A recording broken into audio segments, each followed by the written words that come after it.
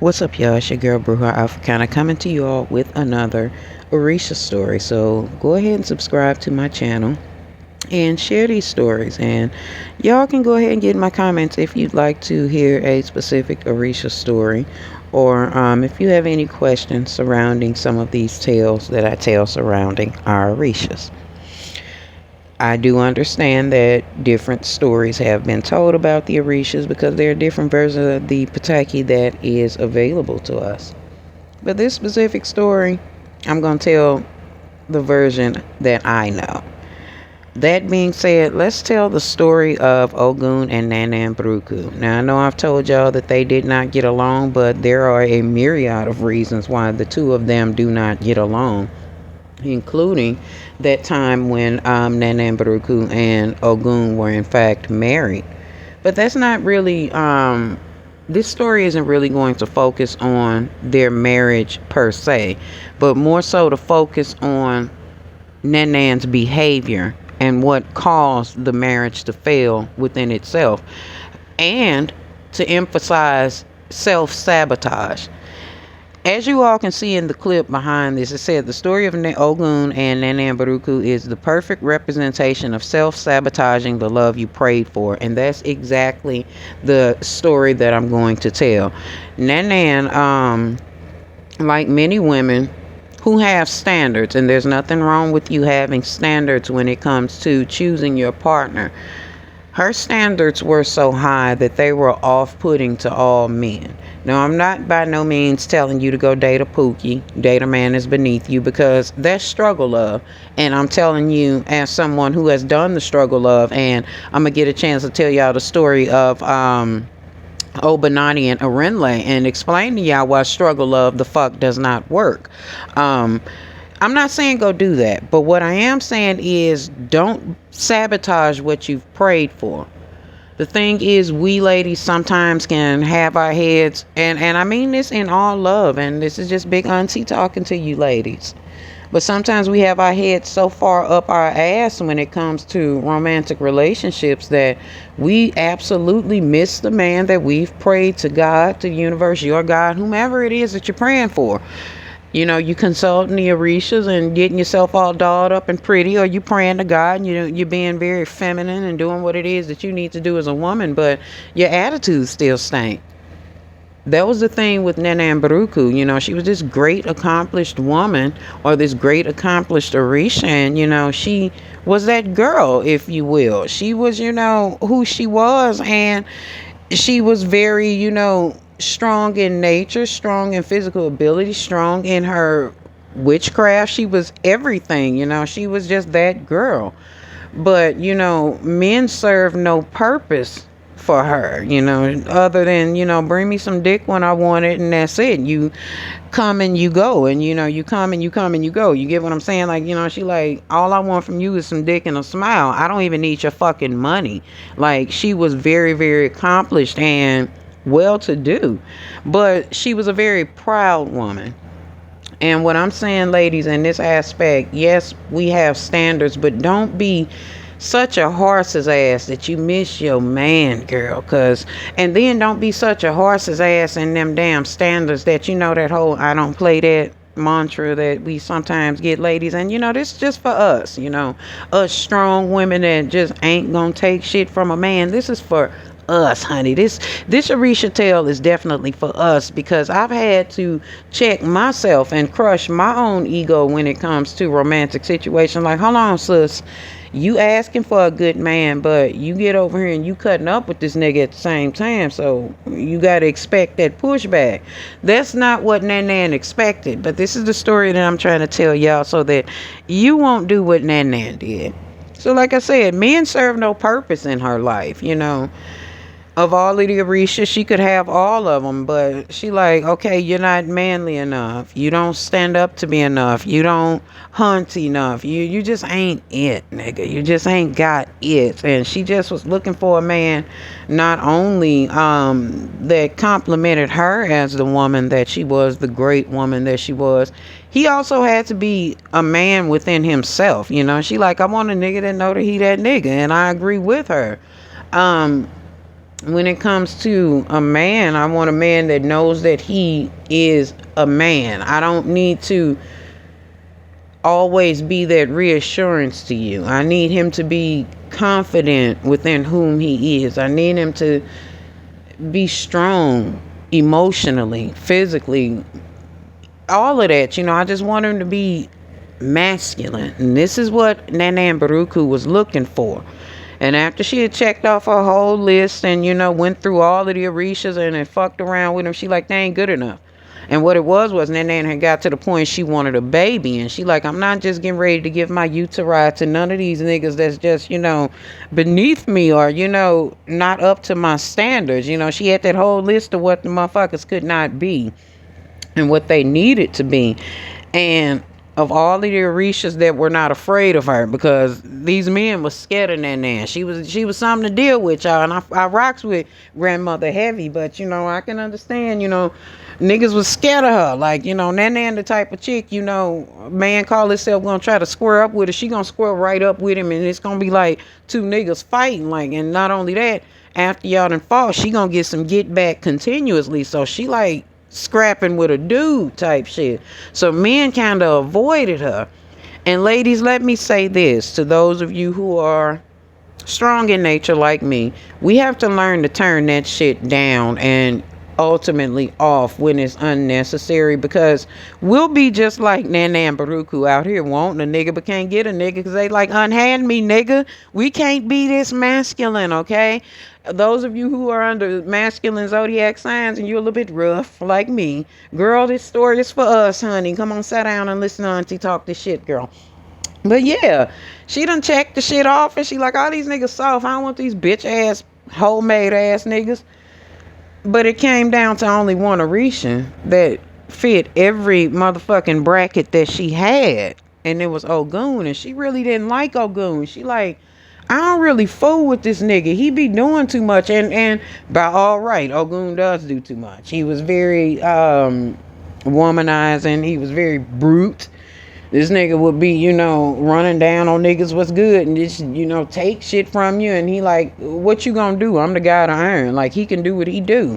Niggas didn't fuck with Ogun. And Nan was kind of turned on by that. She like, yeah, this nigga got some power and, he got some coin and he attractive and he big old black some bitch. And, you know how we feel about dark-skinned men, girls. We know, They really the light-skinned girl of the dark skin of the black men, y'all. They the cream, they quote unquote, and this is not crossing brown or light-skinned men out, but every woman is after her a big old chocolate man, like just an old chocolate nigga. And that's what Nan saw when she saw Ogun. She like, okay, he fits this fucking list that I got here, so let me scoop this nigga up.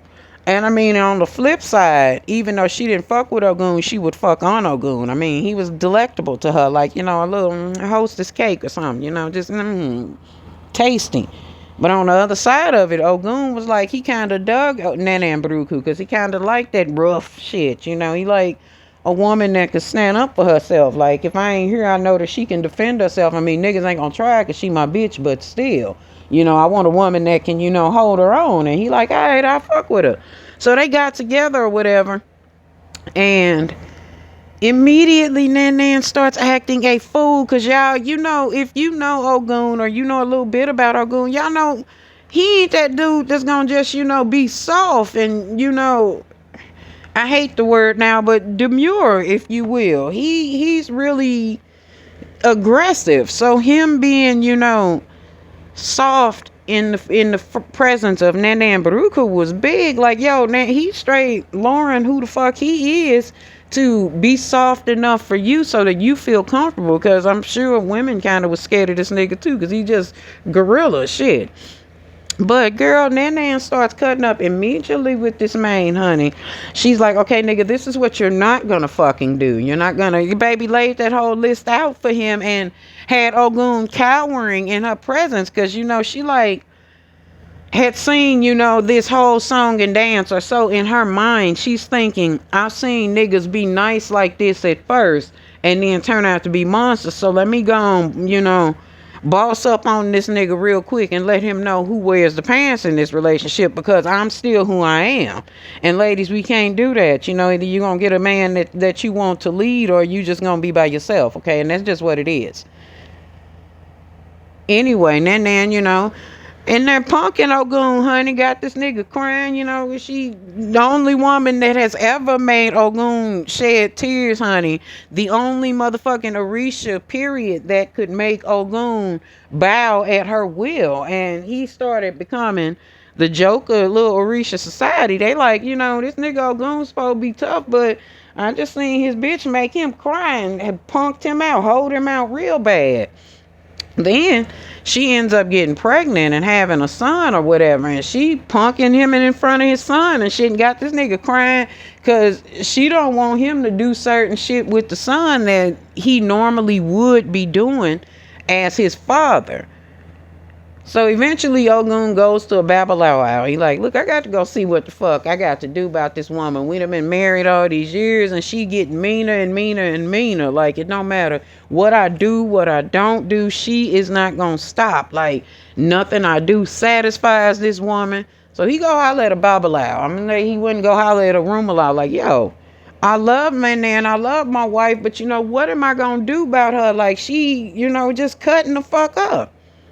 So Rumalaw cast Ephah for him and tell him basically, yo, you need to stand up to her. You need to be a man about this shit. This is your house. She moved into your house. She's taking over your kingdom, if you will. Doing things that's making you uncomfortable. And not only that, it's making you a joke amongst motherfucking men. And eventually niggas gonna run up on you because they feel like you soft because you letting your woman drag you. And I know before y'all be like, oh, he's supposed to do what his wife says. Yes, but it was extreme with Nana and Buruku. Ogun was literally being the most faithful that he had ever been in his life. He was being a good husband to Nana.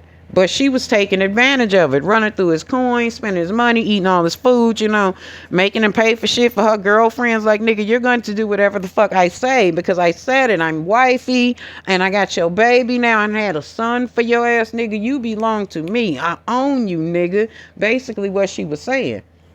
So Ogun listens to the Babalawo or whatever, but he don't immediately jump on the shit that he told him to do. He just goes back and still tries to bend to what that nan got going on. But she's steady getting meaner, steady doing shit, you know. And she got to the point to where that I guess she was, you know, putting hands on Ogun. And he like, all right, this is where I got to draw this straw at. So eventually he's like, nah, man, you not finna keep doing this shit. He stood up to her, come in the house one day like and slammed the motherfucking door. Hold on, bitch. Basically, that's what he did. You know, barked her down real good, you know. Nanan, being the toxic side of her, likes this in him, and she's all turned on by it at first, and she agrees to calm down a little bit at first, but then, you know, after a while, she can't take that he done bossed up on her and stuck his chest out. No, I can't take this. I'm Nanan Buruku, you know. A nigga shall not talk to me this way, treat me this way. Never mind the fact that she's the reason why this man done now blew up on her and done put all these restrictions in her path when it comes to his money and his motherfucking dick, all that. He done cut off all the privileges, okay? You hear me? Ogun done got angry with her. He like, nah, we gonna fight fire with this shit. Since you gonna keep being mean, I'ma be mean. And not only am I be mean, I'ma start cheating on you. He just started being a real piece of shit to her or whatever. She steady going back and forth with him, and you know, the fighting is getting to be too much. And eventually Ogun like, you know what, this shit ain't gonna work. Go on, pack your shit, get the fuck ASAP, get on and go. Now, I'm not clear whether or not he put his son out with her, but by this point, he hated everything about Nanan, even their son together, okay? So he like, yo, go on, pack your shit and get the fuck on up out of here. So he throws Nanan out, and this draws the end of yet another story of why Nanan Buruku and Ogun cannot and will not get along. But in this story, Nanan is the culprit. See, Ogun was good to her at first, but she couldn't get over her ego. She couldn't stand down and let him lead. It was a total 9 of coins reverse situation. She got everything that she wanted. Add a 9 of cups reverse in there too. A 9 of coins and a 9 of cups reverse. She got everything that she prayed for in a man in Ogun, and even got a good son out of the shit. But Nan couldn't calm down. Nan couldn't relax. Nan couldn't relax in that feminine energy she knew that she had, simply because she had been hurt by men in her past. That's why it's important for us as humans, but specifically to us ladies who are out here praying for love and petitioning the universe and putting yourself in position and then receiving exactly what you prayed for. It is important for us to allow the universe to be all up and through our relationships. And it's important for us to be comfortable resting in our divine feminine energy, honey. Because Nan screwed this relationship all the way the fuck up, honey. Ogun was good to her. He was better to her than he had been to any woman in his life. But she messed it up because she couldn't kill her ego and be a 9 of coins in upright position and just enjoy the fruits of being Ogun's motherfucking wife, honey. I'm talking about this man was rubbing her feet, rubbing her back, letting her go through his coin. And you have unlimited access to my money. I have everything, baby. All you need to do is be good to me. She couldn't do that because she couldn't relinquish her past.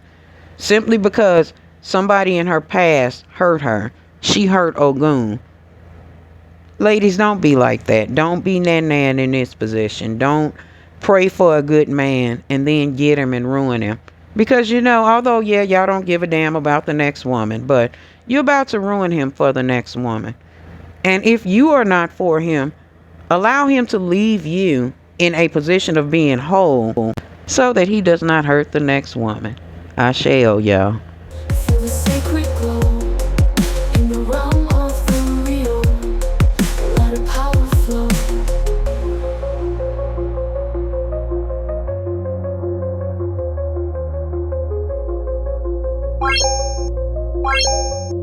Bye.